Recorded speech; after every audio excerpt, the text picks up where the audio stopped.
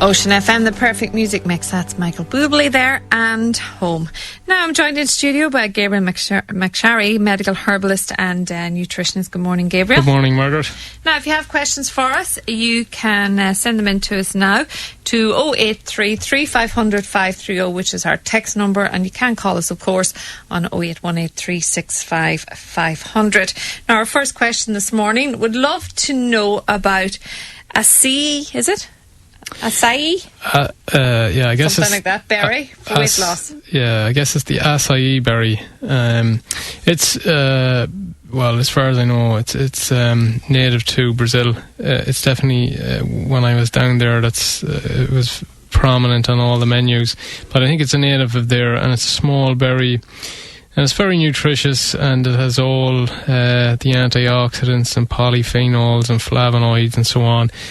Great berry. I've never heard of it for weight loss, but a lot of these things end up in a certain product for weight loss, really, And in my opinion, just adding that to the diet and changing nothing else, I don't think it'll have any bearing on weight loss. It alone.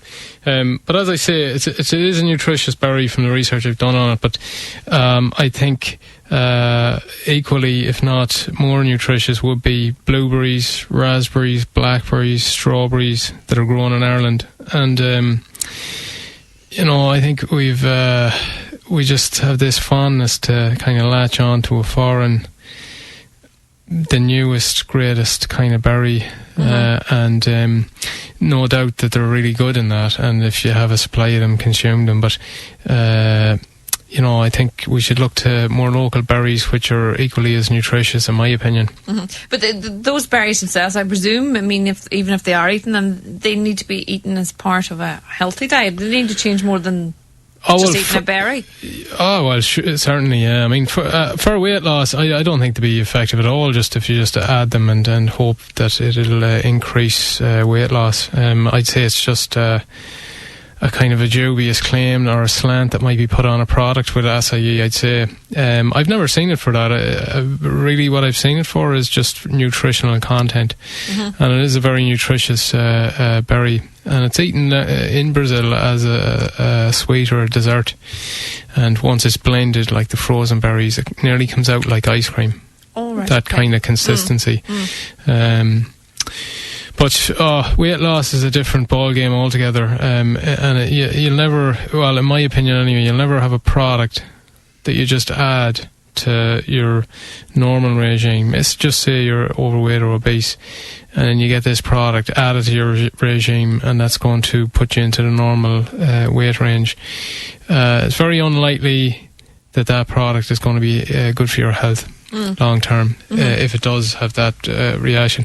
Generally with weight loss, and it's a big thing, it's something I do with a lot at the clinic, it's down to diet, nutrition, primarily, then lifestyle being you're sleeping right, you're exercising right, you're giving yourself time to eat, and so on, and then other things like herbal medicines can come in for if there's, for instance, a thyroid disorder. If someone's hypothyroid, they're more susceptible to putting on weight, and therefore I'd use certain herbal medicines. Or if someone has insulin resistance, pre-diabetes or type 2 diabetes, again, they're more predisposed to weight gain, and then there's certain herbal medicines there that are good for insulin sensitivity and so on. So they can play a part, but there's no, and I get asked a lot, is there a herb you can take that'll make you lose weight? And there's not one you just add to your normal regime, and next thing you know, you're lighter after 8 weeks or something. It's not the way it goes. However, they can be used in combination with a program effectively. Okay. My son has an itch, no spots, just an itch when he goes to bed. Doctor says nothing wrong. Itches all over his body. What could be wrong? Yeah. Oh, well, it sounds like an allergy, and if there's no spots or rash, could it be something that's in his quilt or could be, blanket definitely, or sheets or something or his like pajamas or whatever he uses at night. If it only comes on at night time, is it that bottle that you give him before he goes to bed or something, or is it something he eats for supper? Is it something in the environment? So it's something in the bedroom, maybe a little. All these things for kids now, it's like a sleeping bag, like they're like a mermaid. They can put their arms into it and use their arms, but their feet is kind of like in a sleeping bag.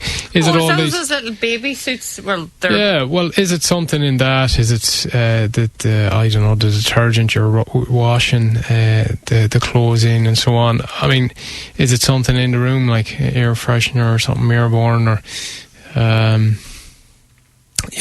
These are the things you'll have to kind of rule out, and then once you've ruled all them out, then it's time to look at more a deeper level. Then is it something in the diet? I'd need more information really to go deeper, but there's a few things that she can kind of work on for the minute. Just work and maybe change around clothes that he's wearing and stuff like that. Listener suffers from a lot of ear infections. Is there anything I can use to prevent them? What I give for ear infections is an oil infusion of garlic, and this is one I make myself, and anyone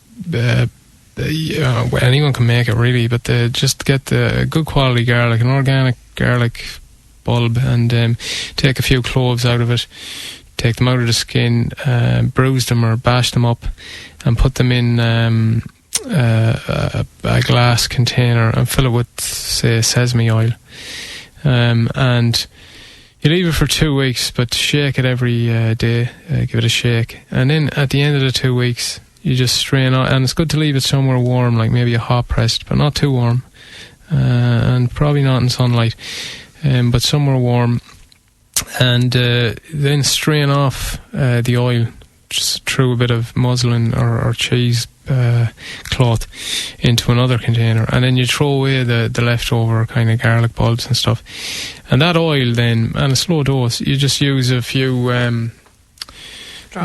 drops into the ear, like 1 or 2, and that's great for an ear infection if it's of the outside ear. And garlic is antimicrobial, antibacterial, antifungal, and it can be very effective that way, and that's an old traditional thing for ear infections.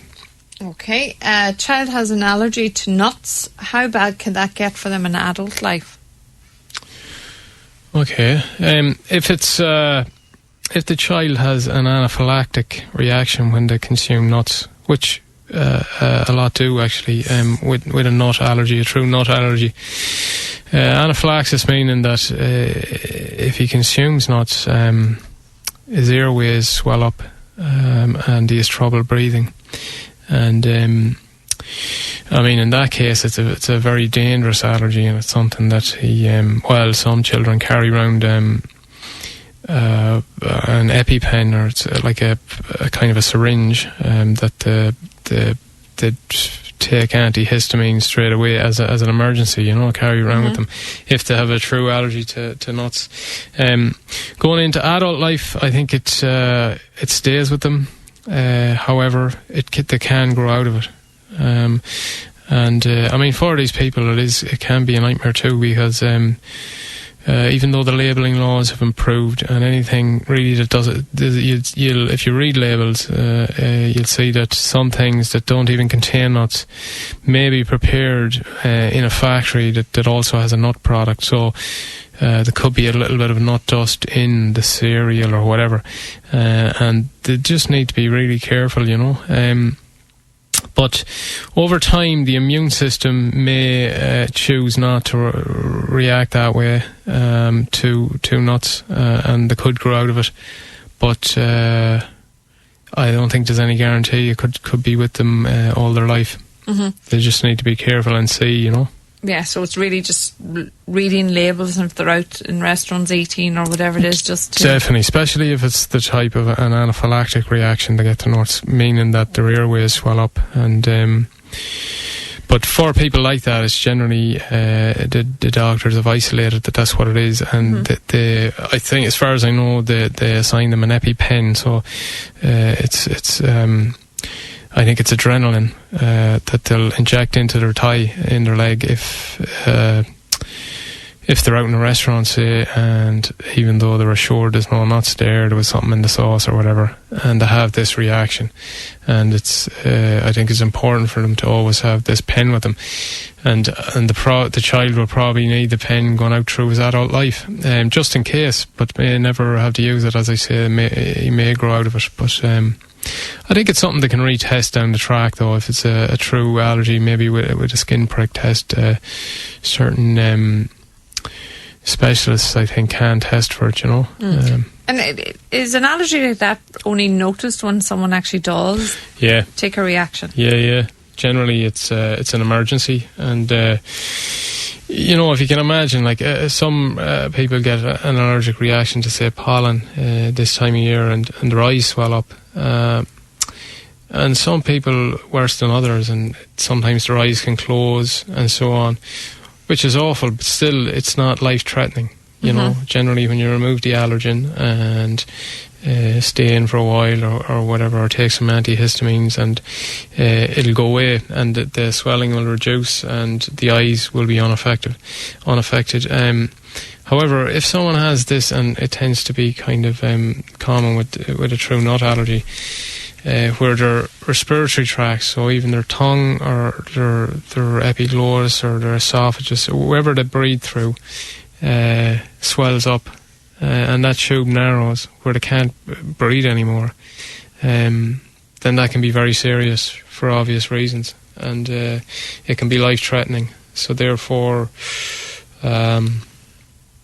I think the first time someone notices this is when it happens, because before that, like, you'd never just get tested generally, but if you had an episode like this, you'll end up in accident and emergency, and once you're there, you should be all right. They'll give you adrenaline or whatever, and you'll be back breathing again. But I don't think they release you until they find out exactly what happened to you, and they can test for that and then give you precautionary measures to take. As to what your allergy is. Okay, keep your questions coming in to us to 083 3500 530, which is text, and you can call us at 0818 365 500 with your questions for Gabriel. And we're back after the short break. Ocean FM. While you're listening to this, people who could be your customers are listening to us, the Northwest's Ocean FM. Hi, Peter Nairn here from Nairn Blinds. We have been advertising with Ocean FM for the last 5 years. We find it a very effective way to reach our customers from the Northwest and beyond. I would highly recommend advertising with Ocean FM. Radio advertising is a proven medium and one of the most effective ways to get your message across. To reach new clients on the Northwest's Ocean FM, call 071 911 8100. It's simple, 071 911 8100. Go on, pick up the phone now and get on air with Ocean today. Proudly supporting our own Ocean FM. Car insurance isn't always on your mind. You never wake up questioning the merits of breakdown assistance, and you don't write poems to express your feelings on windscreen cover. But quality car insurance is something you need, so make sure you're with a company you can trust. At Aviva, we've a price you'll like and a policy you'll love. Save 20% if you have no penalty points, and you also get great benefits with breakdown, windscreen and personal belongings cover. To arrange your policy today, log on to aviva.ie or contact your broker. Aviva, looking out for you.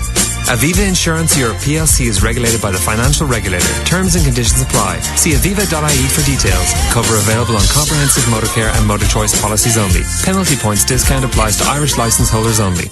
Bella Vista Bar and Bistro Strand Hill, taking bookings for all functions. Early bird menu from 5 until 7 p.m. nightly. Now delivering in your area. 07191222222. Here, you know sometimes how I forget to do my numbers for the lotto? Yeah. Well, I've written a poem to remind myself. Oh. Sometimes there's things that I forget. It's like my mind goes blotto. But of all the things I need to get, the most important one's no, it's gone. The Lotto jackpot is a guaranteed €2 million. It could be Lotto. Lotto. The Seafood Shop, now open in Wine Street Car Park, Sligo. Top quality fresh fish at excellent prices. The Seafood Shop, now open in Wine Street Car Park, Sligo. Don't wait until your home is burgled. Act now. Install a PowerRite alarm today for peace of mind. Contact Raymond O'Boyle for advice and a keen quote on 071 9145 107. Cool for school at Dunnes Stores. With 33% off Dunnes Fresh Irish Chicken Fillets 6-pack, 33% off Fresh Irish Pork Chops and roast loin of pork, and 33% off New Season Queen's Potatoes 2.5 kilo and Parsnips 500 gram tray. Dunnes Stores. Cool for school. Introducing the Eurocrunch Famous 5 from Spar. They're really jolly good. Like a Goodfellas pizza and Greenall garlic bread for only €4. Or a Wizard Cuisine de France breakfast bap with tea or coffee for only €3. How about a Cuisine de France ham and cheese jambon for just €1? Or simply gobble up our McVitie's milk chocolate digestives, now 2 for only €2. And finally, you can wash them all down with lashings and lashings of ginger beer. Actually, no, that's just a little Famous 5 joke. Instead, Spar have a rather splendid Misiones de Ringo varietals for only €5. The Eurocrunch Famous 5, another spiffing adventure in retail under the tree at Spar. To have your say, call the Northwest Today comment line on 0818 365 500. Text your comment to 083 3500 530. And you're very welcome back to the programme. We are in the company of Gabriel McSharry, medical herbalist and nutritionist. And keep your questions coming in to us. Green tea question. Someone gave me green tea leaves as a present. What is the effect of them? What are they good for? How do you make a pot of it? And to tie in with that, we had a question as well. Is green tea good for weight loss? Green tea is very healthy. The amount of scientific literature coming out now on green tea, and specifically green tea extract, which is called EGCG. It's a constituent in green tea.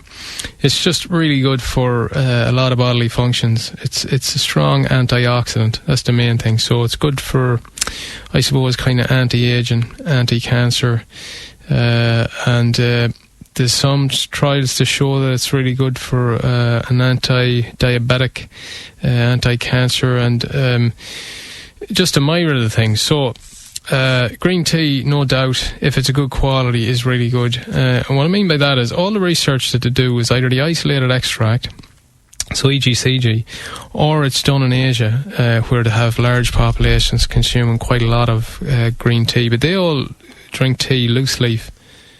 They don't drink the tea bags that much, so it's all loose leaf and generally a better quality of tea, and so no doubt green tea is brilliant. I advise people to drink it as opposed to coffee or black tea if they can, and you don't put milk into it generally, and it's if you can get a loose leaf organic form, much better than a bag where it's kind of powdered and ground down, and it wouldn't be as good quality. And as regards to EGCG, theanine and all these things in it that's good for you, there's not much in there, so there's good quality, poor quality green tea. How do you brew it? The best way to do it is get the loose leaves, preheat a pot, best that is glass or ceramic. Preheat it, add the tea leaves, the dried tea leaves, and add boiling water, and let stand for 7-8 minutes, and then strain it down. And that's the best way to do it. I mean, loose leaf tea drinking was something that was quite prevalent years ago. It's kind of gone out of vogue now, but it's definitely the best way to consume tea for health benefits, is to get it in its loose leaf form and it's not ground down to a powder. Yeah. And does it help weight loss? There is some research to say that EGCG, so the constituent, has efficacy in a weight loss regime. So it's it's initial and pilot research, but it's not bad either. There is things to show that drinking the tea over the space of a year would be beneficial in a weight loss program for someone who didn't drink it. And there is, I think, 3 or 4 clinical trials saying this. But, whether you're going to drink and melt the pounds away, again, as I said earlier on, as part of a program, green tea, I think, is very beneficial Okay. What causes red, itchy patches on your body? They come and go. Yeah, well, I guess it could be anything really, from a contact allergy, if it comes and goes, the time that it comes and that where you wearing certain clothes with certain fibres or washed in certain things, or have you touched something that... So it's a contact dermatitis, and that can lead to itchiness, and then when you itch it, then it turns into a rash. Eczema is something where there's a lot of itching, and then when you itch it, it turns into a rash. So it's kind of the itch that rashes as opposed to the rash that itches. But it could also be foods, for definite. Possibly one of the hyperallergens, so wheat, gluten, could be pasteurised cow's milk, it could be nuts, could be soy, could be shellfish, and there's a few other hyperallergens. So they really need to get an allergy test, do you think? Well, possibly, yeah, definitely. If you can't relate it to something contact dermatitis, then it's more than likely something in the diet. And what they can do, I guess, is while they're looking into that, is chickweed cream. So chickweed's a herb, and if you can get a cream made out of chickweed or chickweed oil, that's really good just to take the itch away. And if it's a thing that you don't itch it and the rash doesn't, if it's the itching that causes the rash, then address the itching and the rash won't come, So if you get itchy or whatever, you can apply chickweed cream locally. That's what I give people, and works quite well. But in the meantime, try and work out what's causing it. Okay. My shins were injured in a car crash, and they are really burning up at night time. Can you suggest anything? Yeah, if the skin is broken, like in the accident, the skin, if say the bones was broken and the skin wasn't, then I'd use arnica oil or arnica balm, or hypericum oil or balm. St. John's wort oil or balm topically can be good for trauma.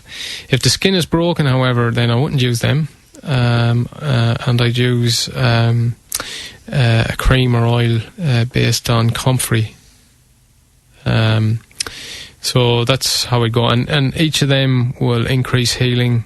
Definitely the arnica balm will have an effect on the pain while they heal. So if they're broke, it's going to probably take 6-8 weeks for them to mend up. And I guess if you're in a plaster of Paris, a cast, then you can't get oil down there, and there's not much you can do with regards to topical agents. And then internal herbs are good just to speed up healing. Okay, now the gland on the right of my throat swells up a lot. What would cause it, and what can I do to stop it? As it is sore, not a painful sore, but it's an annoying sore. One of those annoying sores. Annoying sores. No, I mean, I guess this should be checked by your GP. I guess you have, though. You probably have got it checked, but if you haven't, do. It could be an infection, and the gland is a lymph node. We have them in our neck or armpits or groins, and they kind of analyse. The lymphatic system runs parallel to the blood system, and it's kind of our immune system, really, and it's a surveillance system for infection and whatnot. And if it finds it, then it brings it to the nodes, and it analyses it, and then it decides that it should kill it or not, and so on. So if the gland swells up or the lymph node swells up, it can indicate an infection. If it's not sore and it's just... I guess what they mean by it's probably discomfort, maybe when they're eating or something. Just if they have this kind of lump on the side of their throat, it's not painful per se, but it's just uncomfortable. Like it's an obstruction. As I say, it could be a cyst. It's something definitely that your GP will analyse and maybe do a test on it or whatever, and see if it's a cyst or. What is it? But other than that, it could well be just an infection of the throat or even the ears, and then it's just gone down into the lymph node. Okay, so have it checked out. Severe psoriasis, tried everything? Yeah, psoriasis is a tough one. It's an atopic dermatitis, and it's an autoimmune condition. So it's the immune system attacking certain areas of the skin and leading to a lot of scaling. So, for instance, if it's in your scalp, it comes up like dandruff, like the skin kind of dries and another layer forms underneath and it dries and departs. So a lot of scaling in that. Generally, it's around the elbows, on the outside of the elbows and on the knees. And it's the same on one side of the body as the other, so it's symmetrical. Okay, so again, it's a hard one to treat psoriasis, but it's an overall treatment. So definitely diet, lifestyle, herbal medicines. That's my three-pronged approach to it. But if there was a few things I could say straight up, I'd say vitamin D is very, very powerful, and a lot of people with chronic psoriasis have shown to be deficient in vitamin D. We know that UVB light has a positive effect on it, so again, get as much sun as you can, but don't burn. And again, the UV light creates vitamin D locally. So there's certain vitamin D creams I think that are good for it as well. I use a cream based on calendula or marigold, and it can be really good for taking the itch away and reducing the size of the lesions, and that it can be effective in some people, not in others. As regard diet, with all autoimmune conditions, I'd make sure that you're taking out a lot of foods, that processed foods and stuff, and that can be creating this immune reaction. So again, it's an autoimmune condition. The immune system is attacking the body, and you really need to reduce the intake of preservatives and additives and flavouring and all them things, because they all exhaust the immune system as well. And then look to things that could be causing allergies. Now, not that it's the underlying cause of the psoriasis per se, and you take them out and that's it, it's gone. But they can trigger it, like psoriasis is one of these conditions that gets better and worse. And definitely something can trigger it, which you're going through a flare or a phase where it's just been really bad. And what about stress and definitely, overwork and stuff like that? Would that bring out psoriasis on you? Yeah, again, not the underlying cause, but it definitely needs to be addressed with psoriasis.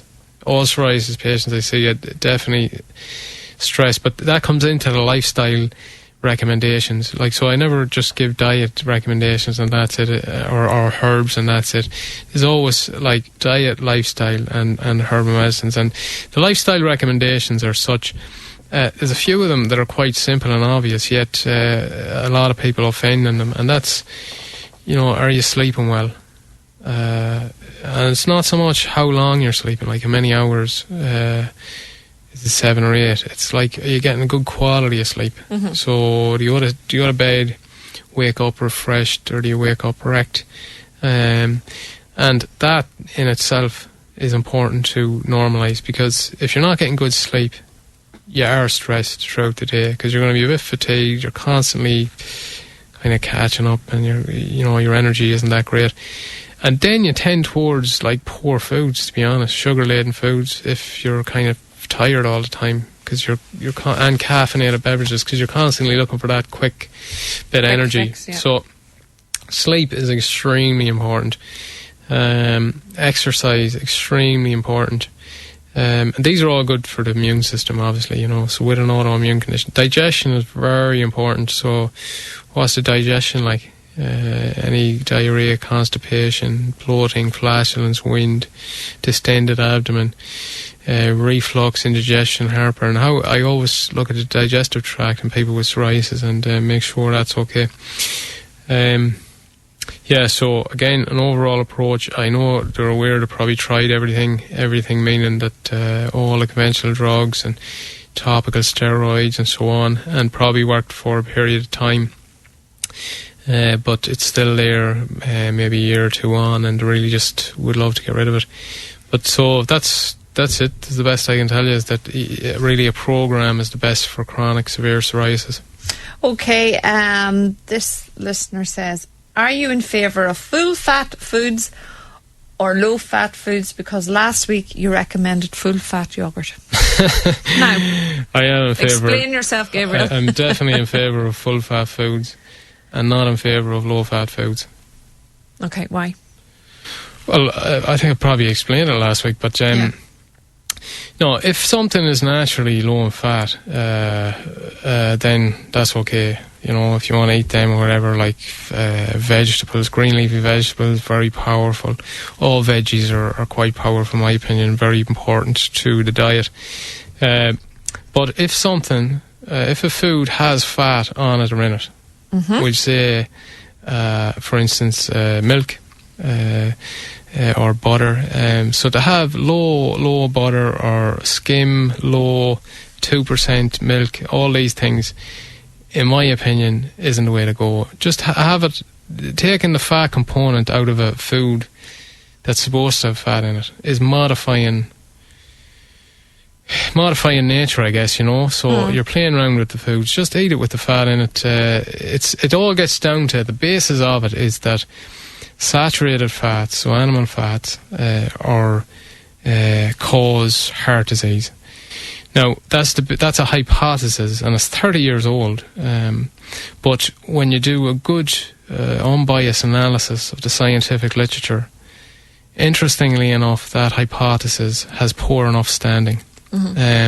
Yet there is a myriad of other good scientific literature stating how saturated fats can be protective, you know, and that includes cholesterol. So, like this whole thing about, you know, we'll end up like, you know, astronauts who go to the moon. They have this kind of diet that's because they can't go to the toilet that often. Their diet is based on kind of small little pills, and it's all supplements, but they take all the essential nutrients while they're up in space or whatever. But that's what we'll end up, the way things are going. We're constantly moving away from real foods and natural foods to artificial, man-made, modified foods. And it's all the wrong direction. We need to start going back to real foods and not being so afraid of everything, because eggs is a good example too. I think eggs are very nutritious. Now, I do recommend organic eggs or eggs from healthy birds, and they have cholesterol in it. They also have fast-soluble vitamins. They also have certain antioxidants and constituents that are really good for eyesight, really good for health in general. And I think it's a very pure whole food, eggs. Yet it's been vilified because it contains cholesterol, and a lot of people avoid it. You know, they might have one a week and then feel guilty, but you know, I've nothing wrong with eggs at all. I think they're very healthy, very nutritious. So I'd have, if something has fat in it, eat it. Don't go for a low-fat version of it. So go for the real McCoy. The real McCoy, yeah, definitely. Definitely. Okay. All right, Gabriel, for people who want to contact you, they can ring 071 91 42940. Okay, Gabriel McSharry, medical herbalist and nutritionist. Thanks for joining us. And of course, you're back next Wednesday morning just after 11 o'clock. Right. We're back after this short break.